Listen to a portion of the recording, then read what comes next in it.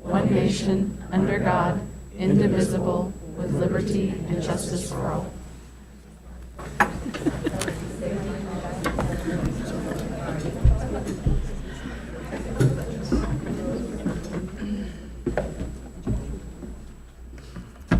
Are at 2.02, approval of agenda. The board adopt the agenda as presented.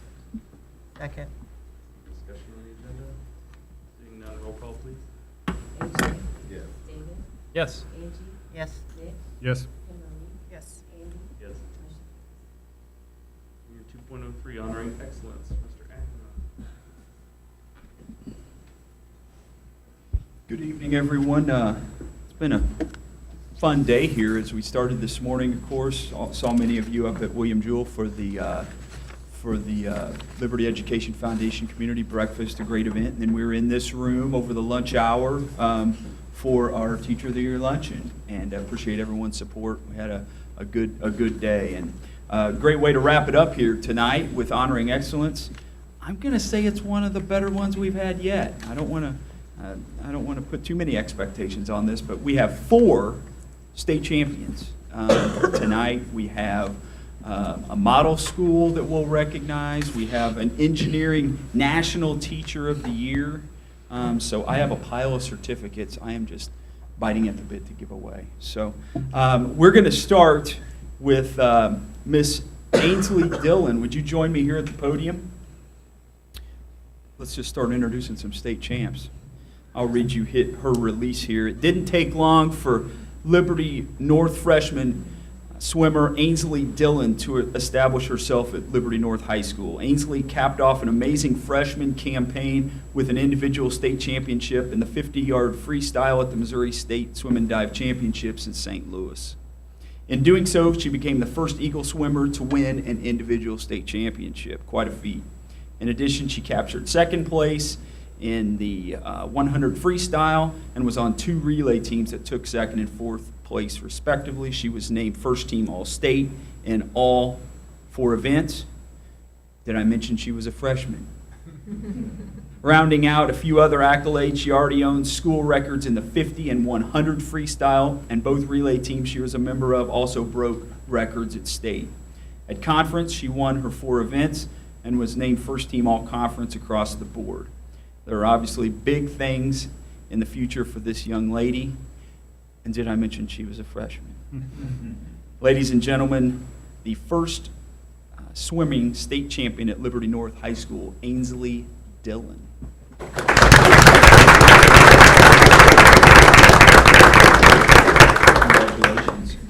I think I'll probably here in a moment turn it over to Mr. Rothman, or would you like to do that now for her?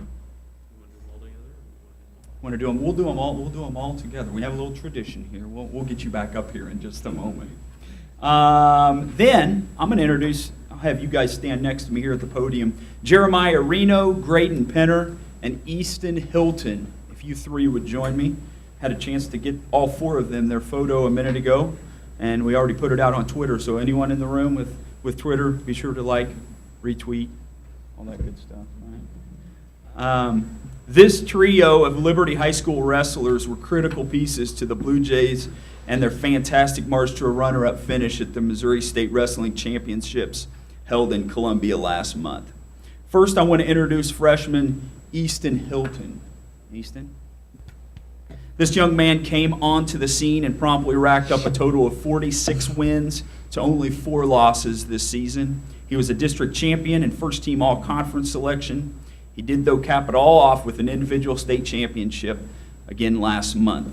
Congratulations, Easton Hilton.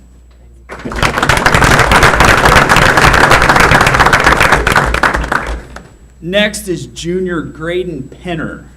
Graydon, if you'd step forward. Graydon has now accumulated a 142-6 overall record in his career at LHS.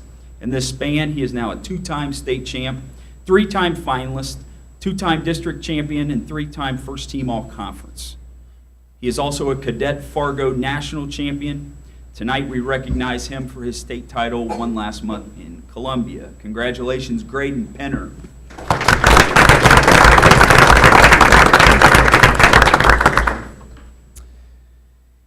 And finally, this is Blue Jay Jr., Jeremiah Reno. Jeremiah.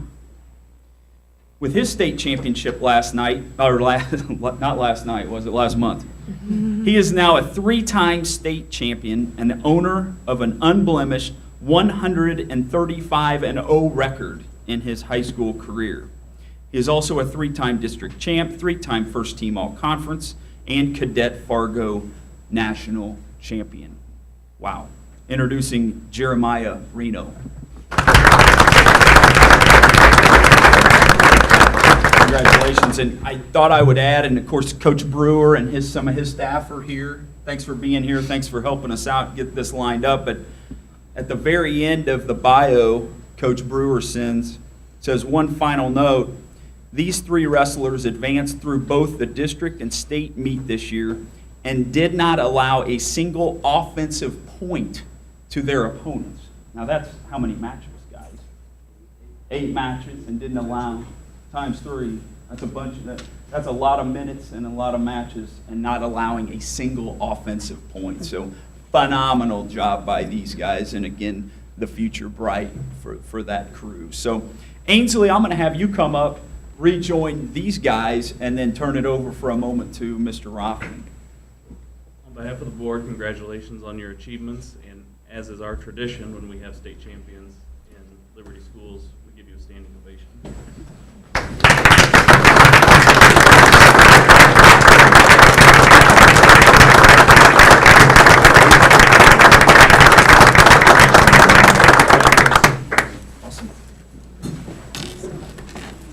I want to also acknowledge Mr.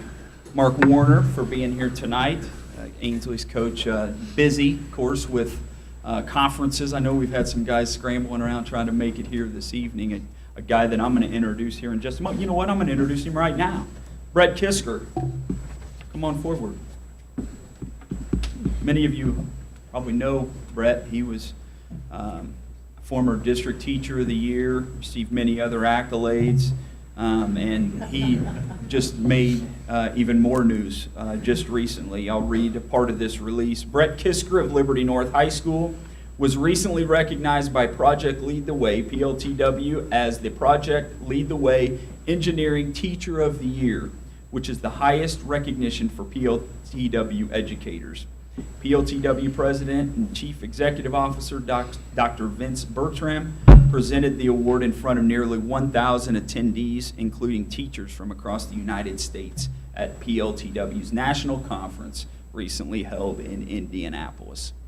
The award is based on merit and a reflection of Kisker's strong alignment to PLTW's mission, exceptional commitment to students, school leadership, and meaningful involvement in PLTW curriculum assessment and professional development. A huge congrats to Liberty North teacher Brett Kisker.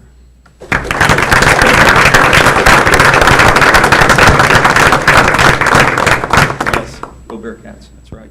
Like that lanyard. And more big news, as members of the team at Lillian Schumacher are here with us tonight. Mr. Gabriel, would you want to come forward? Ms. Tobin? I don't know if you want to bring the whole crew up.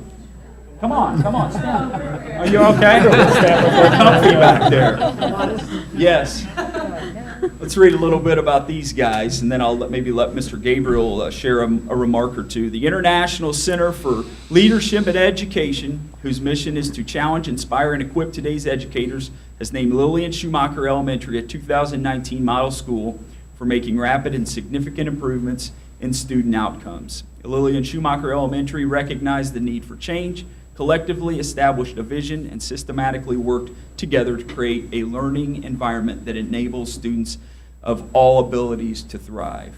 Lillian Schumacher Elementary is one of only 18 model schools from across the United States that will share its transformational journey and best practices at the 27th Annual Model Schools Conference coming up this summer in Washington, D.C.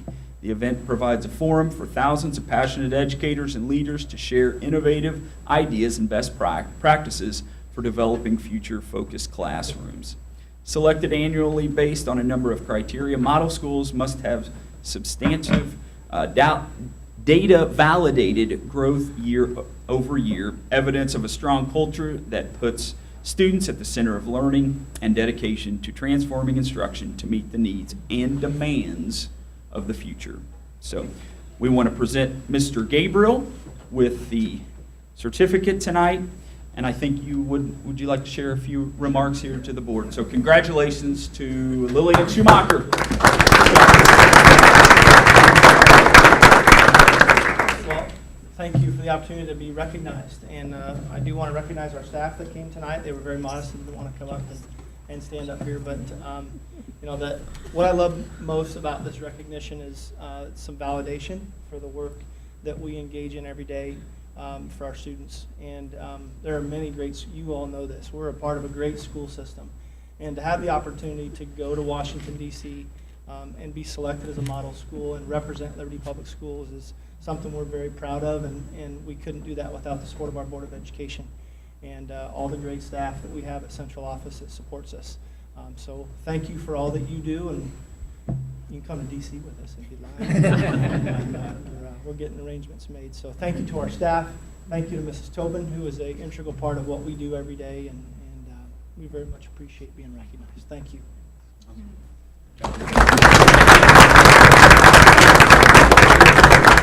That wraps up Honoring Excellence for tonight. For those heading out of town, safe travels, and we'll look forward to seeing everybody in April. Mr. Ackerman, one more. Honoring excellence would be for your multiple phone calls.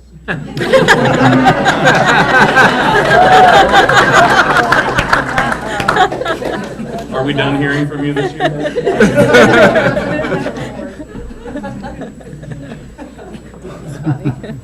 So we're going to take a break here in a moment so we can come out and meet the honorees personally. The next portion of the meeting then will be public comment. Anyone who wants to address the board, there are blue cards on the table right outside that door. Fill one out and get it to myself, Dr. or another member of the board, so you can address us when we come back. And we will stand at ease until 7:25.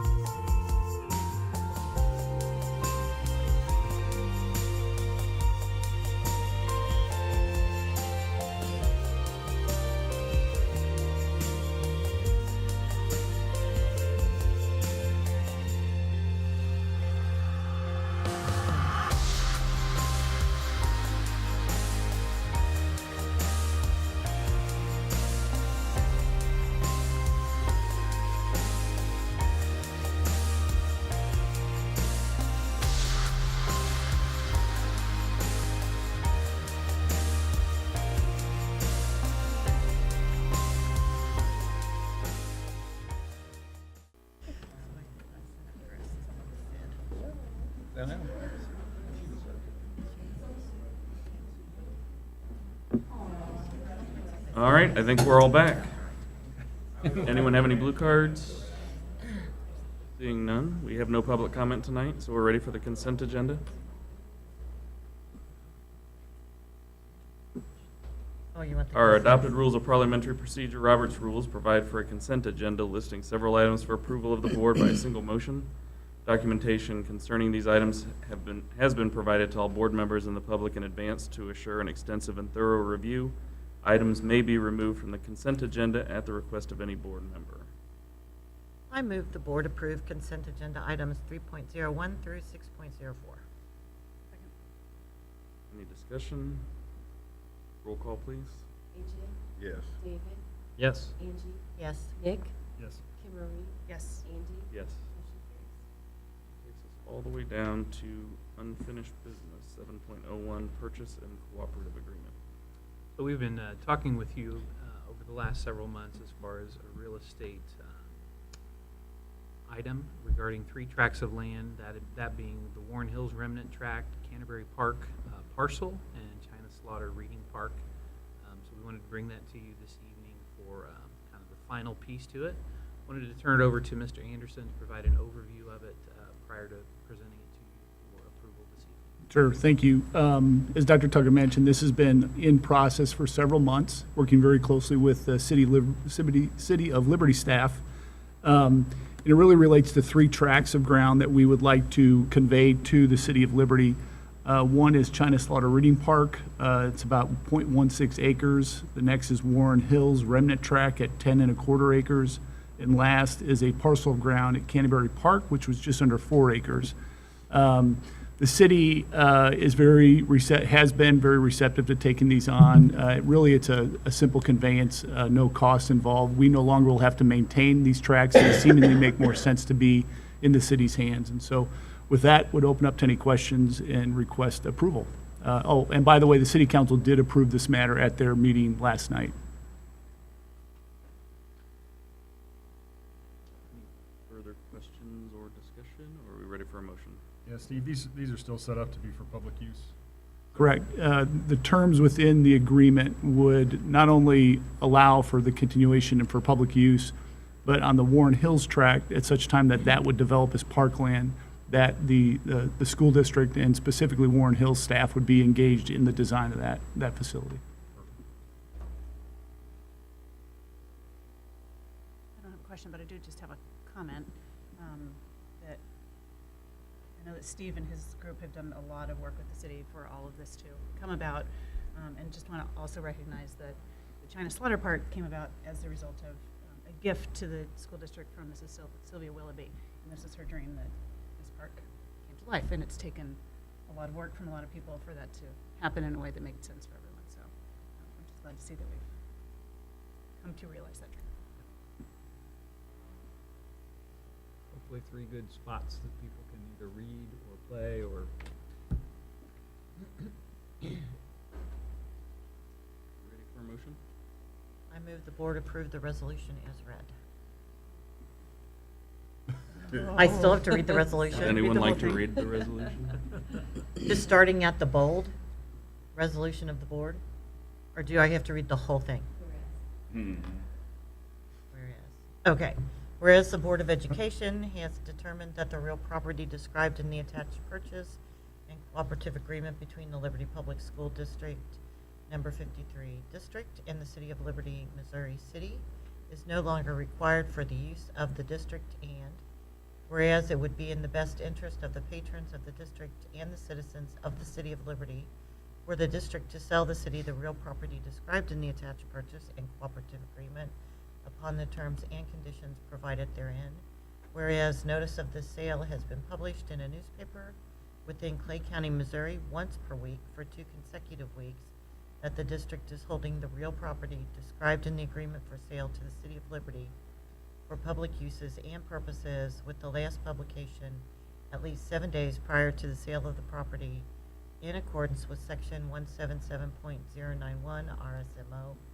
Therefore, be it resolved that the purchase and cooperative agreement attached hereto is hereby approved, and the President of the Board of Education is authorized to execute same on behalf of the district. Second. Very nice. Done. Discussion on the motion. Roll call, please. AJ? Yes. David? Yes. Angie? Yes. Nick? Yes. Kimberly? Yes. Andy? Yes. We are ready for reports from administration. Right into administration reports with first off academic services, Dr. Heidi. Just some quick updates. One of those is pending no further calls from Dallas Ackerman. The adjusted summer school schedule would be June 3rd, a teacher workday, with June 4th being the start of summer school, which is pushed back one day, added 5 minutes to the summer school day. And so that will be updated on the website by Friday. And then, of course, if Dallas does call us again, we would go back and update that and bring it back to you then to see how that looks. Not like we love hearing from Dallas, but maybe not like that. And then I also wanted to point out the program evaluation that you'll find in board docs from the library media specialist. Just a special thank you to that group of librarians and pairs within the library, the work that they do with students from innovation to checking out books in small groups and how they support teachers and staff. The STEAM bus and how it rolls, they are innovative, they are forward-thinking, they are just really amazing people and inspiring. And what they do to promote learning within our schools is just really noteworthy. So I wanted to give a special thank you to the work that they do. Any additional questions or items for Dr. Heidi? I just appreciated how comprehensive I appreciated how comprehensive that evaluation was. It really gave me good insight into all of the work. Other item I would tease out, and similarly to the summer school calendar being adjusted, assessment window, making some modifications there. You should have seen that in your board report as well. I think extending that a little bit deeper by about a week. So that will allow for some additional instruction given the inclement weather days. So, thank you, Dr. Heidi and Academic Services. Next up, our finance report. Ms. Sullivan, to the podium.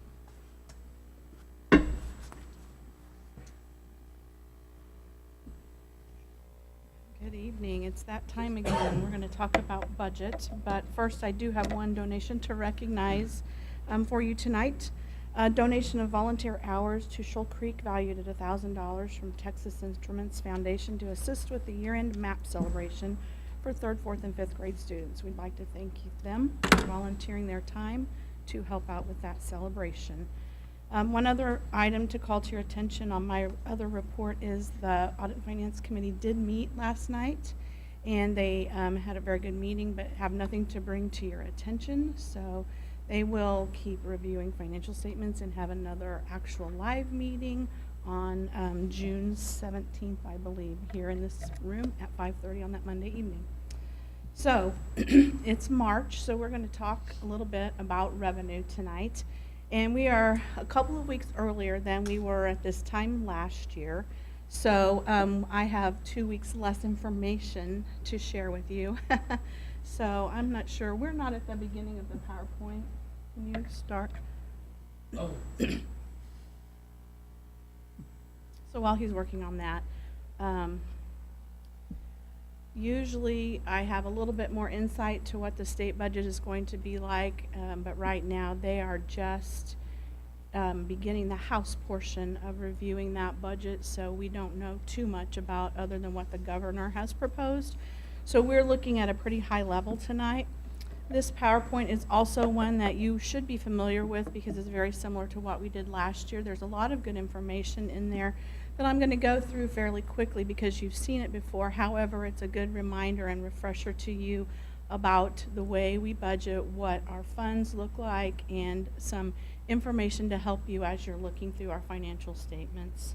So there's what we're going to talk about tonight, the whole process and all of our funds that we budget revenue in.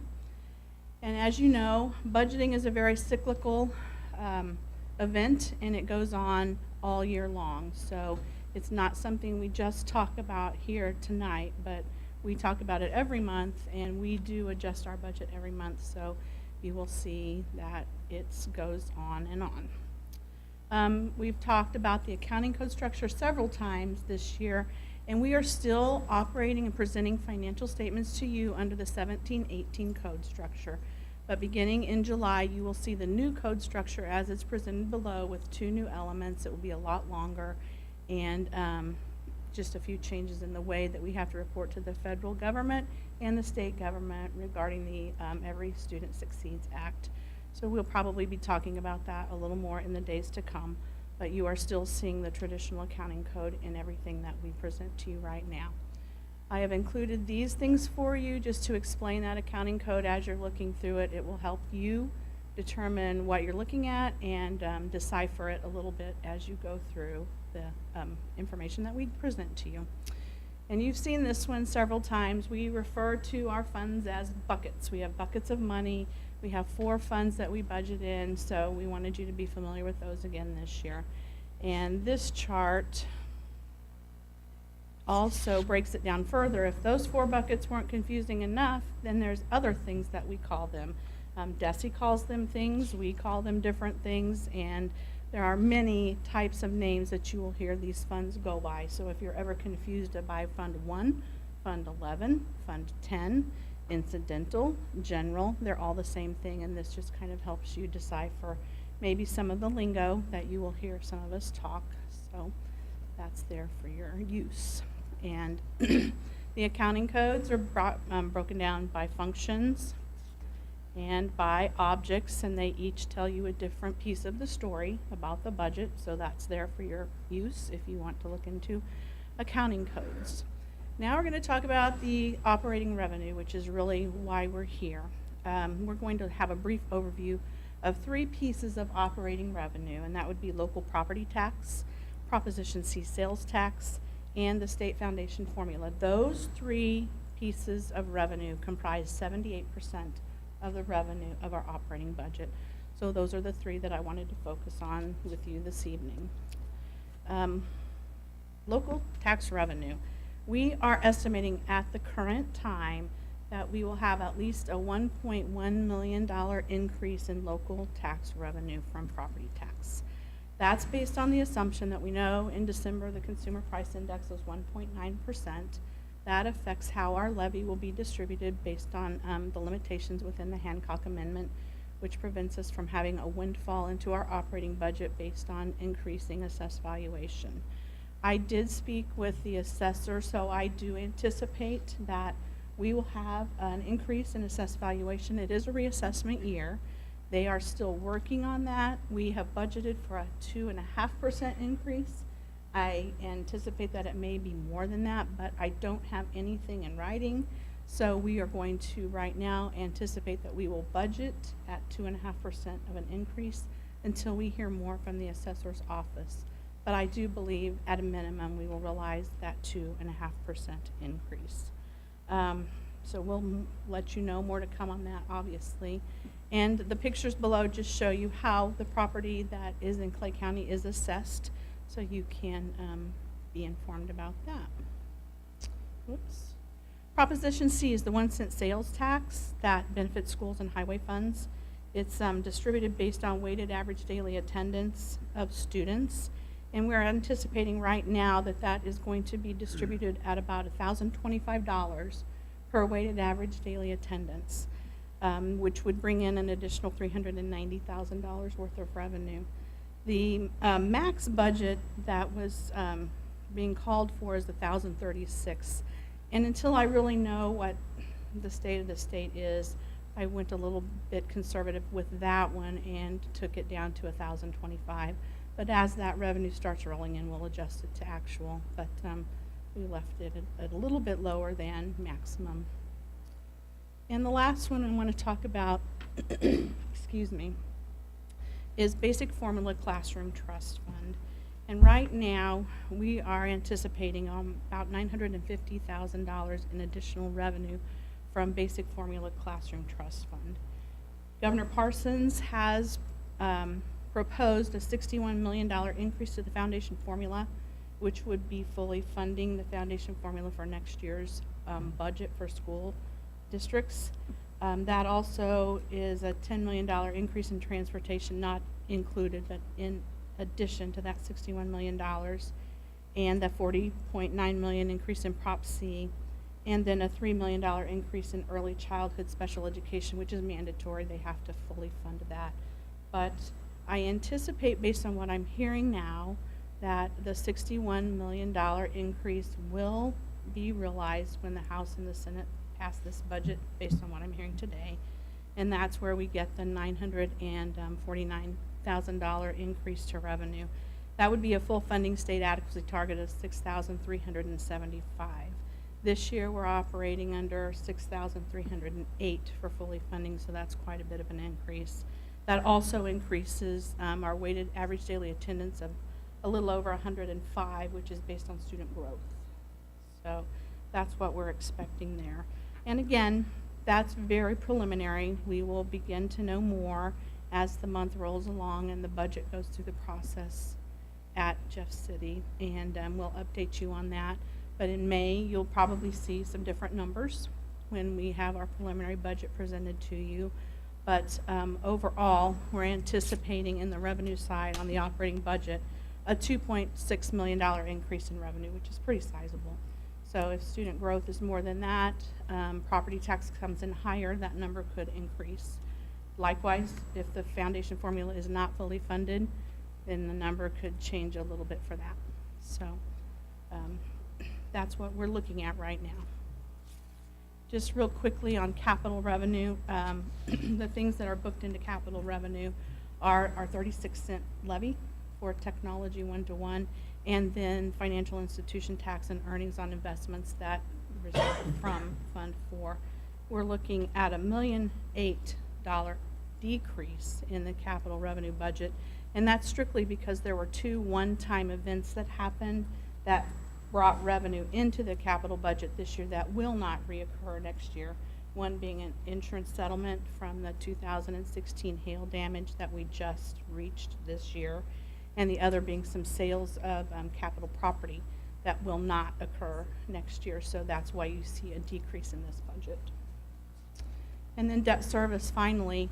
Debt service is what we use to pay down our bonds, and it is what it is. We are by law required to put what we put in it. So you see right there what we will be required to put in debt service, which will result in about a $250,000 increase in the debt service budget just because of increase in assessed valuation property taxes. So that tonight is a very high level look at what we're expecting for revenues. I would be happy to answer any questions if you have any.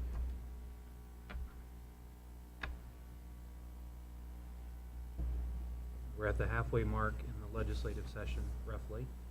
There's still quite a bit of time to go in terms of that budgeting process.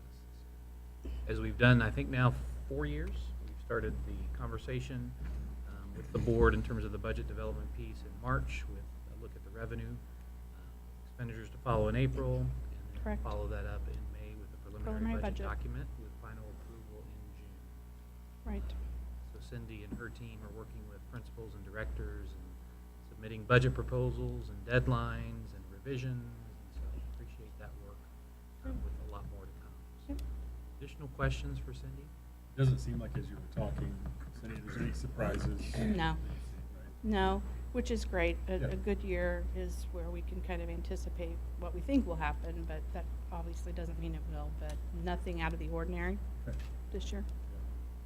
An opportunity to relay similar information the other day at Team Liberty, and then also with the audit and finance committee last night. Right. Yes. And I did go over Stronger- this presentation with them. Stronger economy helps local valuations, helps Absolutely. state funding, so that state sends more back our way. Correct. And right now, that economy is strong, so things are looking positive on those notes to keep that trend going for right now. Hopefully, we can sustain that. Right. As we know, economic cycles a little kind bit. of trickle back around, so. Right. So, all right, Lots thank of you. time in Jeff City for things to change. We have a lot of time between now and June when the final document is before you. So, yeah, we'll keep you informed. Thank you. Thanks. Next up then, 8.03 Human Resources, Dr. Vogelaar. Thank you very much. You see attached to the board docs a report from Human Resources. I want to draw a couple things out. One, with regard to Team Liberty, we talked about that. The agenda items for the last meeting are there. Our next meeting is moved up to April 4th. This will give us a chance to get some results from the climate survey, continue the conversation on the funding outlook, and formulate a recommendation to Dr. Tucker that would allow him to have time prior to the next board meeting to give you a proposal for first consideration. Then in May, hopefully that timeline will work out. You'll be able to make a decision in May, and then we can get contract amendments out to our staff following that vote in May. So it's kind of a timeline moving forward. The other item I want to draw out is something I was made aware of after the deadline to upload this, so it's not in the report, but with regard to our health screenings, we're in that season now where we're making available opportunities for employees to participate in our health screening and risk assessment. And so fewer than 5 days of posting these, we have 903 employees already signing up for 1,460 slots. So that's almost 62% filled in fewer than a week's time to pick those spots. So we're very encouraged by that. I talked with Rebecca Fisher today about that fill rate, and she's very excited, of course, tracking with how it's filled in years past. It's very encouraging to see that level of participation. That's the HR report. If you have any questions, we'll be glad to Anything, Dr. Vogelaar? Thanks, Bob. Thank you. Next up then, 8.04 Operations, Mr. Anderson. Thank you. Just a couple quick updates. First, with the warming weather, construction has begun. So you can, if you look at the report, you'll see some of that activity. And in connecting with our construction team, they still are confident that we're on schedule to finish up in accordance with the current plan, and that is much of the elementary work prior to the start of school in August, and then the Liberty North wing would be complete by January of 20, and then the Fine Arts wing would be complete May, June of 20. And then just wanted to kind of give a little bit of a highlight for, or preview for what to expect next month. We have a few RFPs that are kind of working through the process right now, and these will be in front of you for consideration next month. We have a renewal of our mechanical and structural engineering firm that we partner with. We're also working with some educational research consulting services, and then marketing and design consulting services. So those three contracts will be in front of you next month, along with the final batch of bids related to the bond work. And then once we receive those bids, we'll have a very clear picture of the totality of the work, and then we'll begin a more regular reporting out to you in terms of the overall scope of work and how it's measured up against that $49 million that was approved by voters last year. And I know we've shared information with the board also in and around the street work that's getting in process in and around Liberty North. Share a little bit about that and the community Sure. meeting that was held as well. So 104th Street with the closure, I think I can't remember, I think I mentioned this the last time we met, and we're able to convey some changes into the plan in terms of how it was being phased. And so really the big relief for us, and especially those folks at North, is that they allowed for that street to remain open from Manderley all the way through to A Highway. So the first testing of that coming out of when that first came online about 2 weeks ago, that helped us out immeasurably in not having to reconfigure routes and stops and the like. So, so far so good, and then that gives us the summer to plan kind of the entirety of the system. So I think we dodged a bullet, maybe is a little too strong of a term, but I think we feel pretty good about where we're at right now. And we get closer and closer to the destruction of the bridge. So we'll anticipate that throwing things off over the summer months. But any questions, clarification from Steve? Thanks, Mr. Anderson. Last item then would be just a couple of adds to my superintendent's report. As we've shared at study sessions and earlier, as we've kind of looked at the academic calendar that's been at the forefront in and around inclement weather, we hope that we've landed that piece as far as the last day of school being set and adjustments being made on April 19th, but then also extending this week in terms of being in session on Friday, March 15th. We had that conversation at our study session earlier this month and began the process of communicating out. We also shared with our Board of Education that we were still working on the EPIC calendar, and so we communicated out the changes of April 19th and March 15th to families, but then we also shared out a little bit of information of things to come in the event that we don't see or realize additional inclement weather in March and April, and that would be to focus on trying to get students out of school on June 14th. And what that would require us to do for the last 16 days of the EPIC calendar, because it's coded with the Department of Elementary and Secondary Education as summer school hours, would to adjust those hours by about 30 minutes to that schedule. So we shared that information with families as a possibility. We will end up bringing that to the board for final approval, so you can anticipate seeing that at the April 9th meeting. What that will do is that will allow us to get out a little bit earlier. We have that flexibility within EPIC's calendar, but then it will also, as a byproduct, allow for the opportunity for students that are interested in participating in the second session of summer school to be able to do so. And then looking at next year's calendar and just kind of making that kind of a permanent approach in ending our summer school or our calendar at EPIC prior to that second session. We've had some interest among EPIC students and families to be able to participate in that second session of Center Stage, as well as other summer school opportunities. So look for that in April.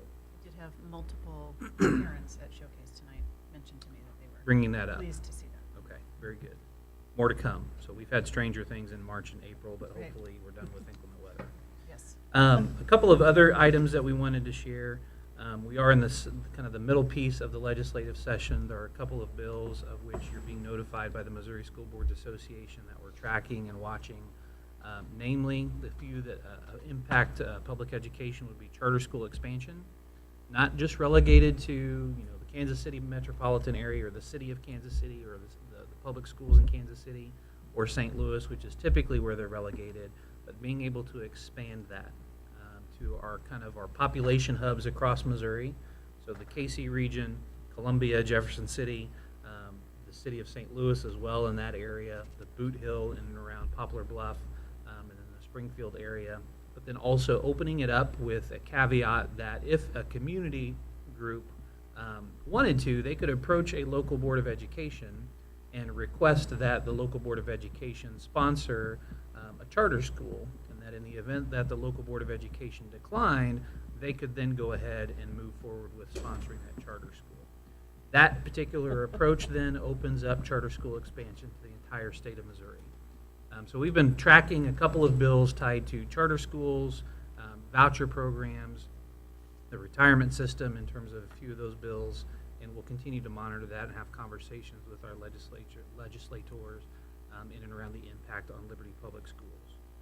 The last thing that I would share is we have been planning for strategic planning for some time, and we've been meeting with our consultant via phone and kind of going back and forth through some shared documents and kind of mapping out a timeline for the next couple of months.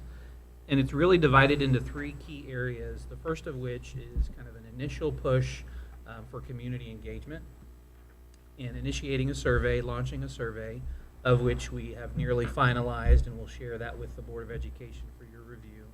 And then pulling together focus groups the week of April 2nd through 4th, and scheduling about a 3-day window for our consultant to be on site to be able to connect with a variety of focus groups, including students, staff, parents, that being a pretty intensive 2 or 3 days. Coming back for our April 9th meeting to share some of those findings and progress to date based on the survey results, but then also based on the conversations within our focus groups. And then spending some time with us on April 10th and 11th as a leadership team and what we've identified as visioning workshops. So that's really the first piece, followed by the second piece, which is the development of that vivid vision that we talked a little bit about. That's a little bit more of a narrative approach and development of our graduate profile. So the engagement informs the vivid vision development as well as that profile development. And then the following piece, based on those prior items, then is the process of developing action steps and strategic planning. And then bringing all of that information forward for the board's review. So that's our tentative timeline as we kind of walk through this, but we're looking forward to welcoming G&D consultants on site the week of April 2nd and 4th, but then also at our April 9th board meeting to provide a little bit of an update, be able to connect with those folks as we initiate this work. And then companion piece to the survey being launched is a very brief, kind of a 2-minute clip centered around our question, what does it mean to thrive? And interviewing a few students, but that really kind of being our soft launch, so to speak, and then pushing that survey out repeatedly to encourage people to participate and provide their feedback for us. So we'll be sure and send you that document as soon as that is finalized. With that said, those are my updates, and would certainly entertain any questions from board members this evening. Seeing none, we'll move on to 9.01 upcoming meetings. Call that no study session in April due to the NSBA conference in Philadelphia. And then the only other thing I want to draw your attention to is that May 2nd MSBA region workshop. If we get 3 members plus either Dr. Tucker or another central office admin, then we'll stay on track for the governance award from MSBA. I'm available to go, so we just need at least, okay. So hopefully we can get 2 more plus an admin and stay on track for that, if possible. Any board remarks? I would just like to say how nicely we have been fed at both of the luncheons that have been held here in this room. They are very nicely done, particularly last week's, which was Hustle Up and Move. But the food was delicious. It was well prepared. It was very edible. You did a very nice job, so thank you for that. I just have one comment, and this is more for people watching at home. But Andy mentioned that we're heading to the NSBA conference, and this is something we've kind of been talking about for a couple of years, that the work that we're doing in Liberty Public Schools is pretty innovative on a lot of fronts, and for the first time in ever, we are going out and sharing our good work with the rest of the country. And we have 3 presentations that we'll be doing there, and that is pretty exciting. So it's not just the good work we're doing with kids in our district, but hopefully helping other districts do good work all across the country.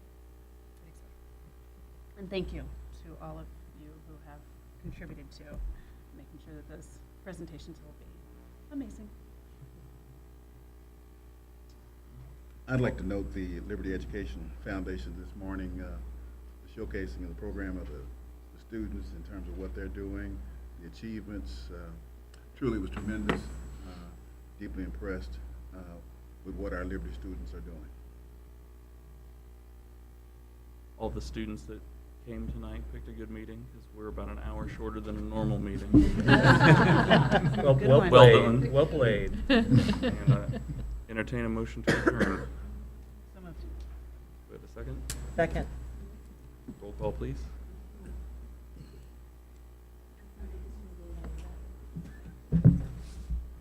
AJ? Yes. David? Yes. Angie? Yes. Nick? Yes. Kimberly? Yes. Andy? Yes. Forced procrastination. We are adjourned.